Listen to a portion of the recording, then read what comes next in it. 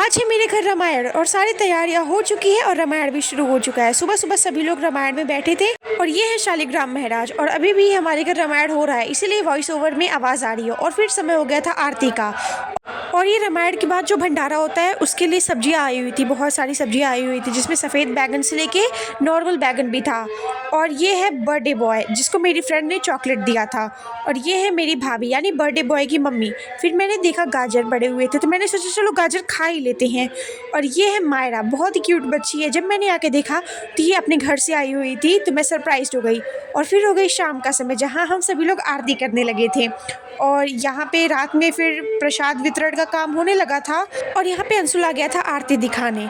और आज तो बर्थडे भी है तो बर्थडे का व्लॉग कल आएगा। और जब मैं यहाँ खाना खाने लगी तो मायरा अभी आ गई कि दीदी मुझे भी खाना खिला दो। और जब हम सब मटर छीलने बैठे थे तो ये बच्ची हमें हाथों में मटर देती थी और फिर शर्माने लगती थी। फिर उसके बाद हो जाता है सबका खाना खाने का। तो गाँव के कुछ दादी लोग और मेरी मम्मी, बड़ी मम्मी, बुआ, हम सब मिलके खाना खाने लगे।